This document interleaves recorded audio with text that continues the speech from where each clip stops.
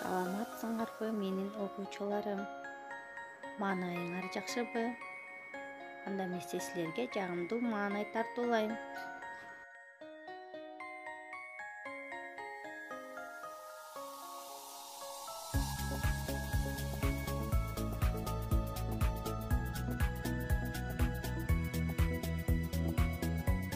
Төртүнчү класс кыргыз тили. Тема 12 бир тууган. Мугалимиңер Абдраимова Сатыбалдиевна. 12 бир тууган. Биринчи көнүгүүдө балдар сөздөрдү кайталагыла, сүйлөм түзгүлө. Ал эми балдар экинчи көнүгүүдө берилген сөздөрдү уңгу мүчөгө ажыраткыла. Анда эмесе балдар биз текстти окуп алалы. 12 бир тууган болуптур. Биринчиси январь, экинчиси февраль, үчүнчүсү март, төртүнчүсү апрель, бешинчиси май, алтынчысы июль, жетинчиси июль, сегизинчиси август, тогузунчусу сентябрь, онунчусу октябрь, 11-си ноябрь, 12-си декабрь. Бири-биринин сөзүн угуп, ынтымактуу экен. Баары биригип, жер үчүн, адам үчүн чоң жумушту аткарышат. Бири жерге кар жаадырат, аны сууктан коргойт. Бири жаан чачып, жерди көгөртөт. Бири нурун төгүп, жашылча жемиштерди бышырат. Адамдар да бул 12 бир туугандай ынтымактуу болсо, көп жумушту биригип бүтүрө алат. Балдар, экинчи көнүгүүдө асты сызылган сөздөрдү уңгу мүчөгө ажыраткыла.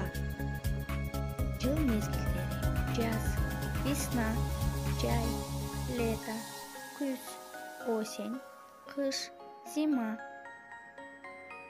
Кыш. Кышында күн суук болот, кар жаайт, суулар тоңот, жол тайгак болот. Кыш мезгилинин айлары: 5 айы, 3 айы, 1 айы. Жаз. Жаз келгенде жаратылыш өзгөрөт, жер көгөрүп, алма бактар гүлдөйт. Жаз мезгилинин айлары: жалган куран айы, чын куран айы, бугу айы.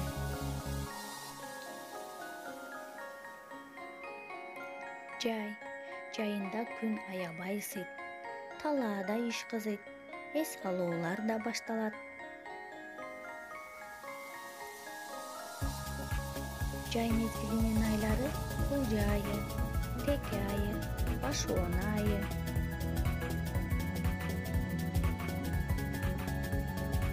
Күз. Күз келгенде жер жемиштер бышат, түшүм жыйналат, жалбырактар саргаят. Күз мезгилинин айлары: аяк-коон айы, 9 айы, 7 айы. Балдар, анда сөздүккө көңүл бурабыз. 5 айы: декабрь, 3 айы: январь, 1 айы: февраль, жалган куран айы, март, чын куран айы, апрель, бугу айы, май, кылжа айы, июнь, теке айы, июль, башоона айы, август, аяк-коон айы, сентябрь, 9 айы, октябрь, 7 айы, ноябрь. Балдар, анда силер ушул сөздүктү жаттап алгыла. Анда эмесе балдар, биз окуган текст сөз боюнча суроолорго жооп беребиз. Биринчиси: канча бир тууган болуптур? Экинчиси: ирети менен санагыла. Үчүнчү суроо: алар кандай экен? Төртүнчү суроо: жер үчүн, адам үчүн кандай кызмат кылышат экен? Бешинчи: айларды 4 мезгилге бөлгүлө. Алтынчы: тексттен иреттик сандарды атагыла.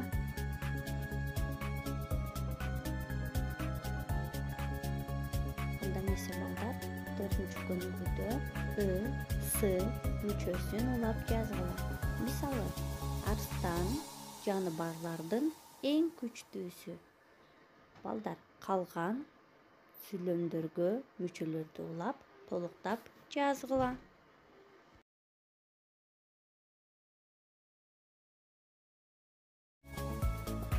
азаматсыңар балдар. Сабакка көңүл бурганыңарга чоң рахмат. Саламатта болгула балдар.